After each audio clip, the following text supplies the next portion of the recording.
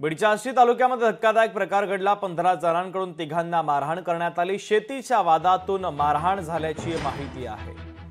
तर या संदर्भातला व्हिडिओ देखील समोर आलेला आहे। तो व्हिडिओ सध्या व्हायरल आहे। 15 जणांकडून तिघांना ही मारहाण करण्यात आली। तर बीडच्या आष्टी तालुक्यातील हा सगळा धक्कादायक प्रकार आहे। शेतीच्या वादातून मारहाण झाल्याचं कळतंय। 15 जणांकडून तिघांना बेदम मारहाण करण्यात आली।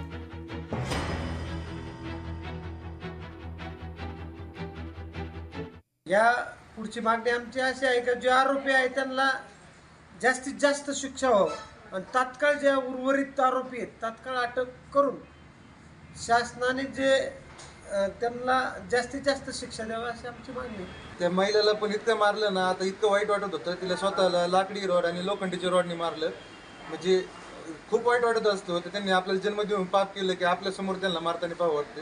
हे खूप हृदयद्रावक घटना होती।